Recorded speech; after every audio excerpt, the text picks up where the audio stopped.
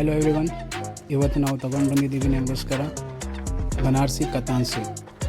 ನೋಡಿ ಎಷ್ಟು ಚೆನ್ನಾಗಿದೆ ಇದು.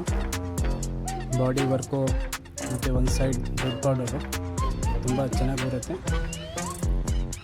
ಪ್ಯೂರ್ ಬನಾರಸಿ ಕತಾನ್ ಸಿಲ್ಕ್ ಅಂತ ಹೇಳ್ತೀವಿ ಇದಕ್ಕೆ.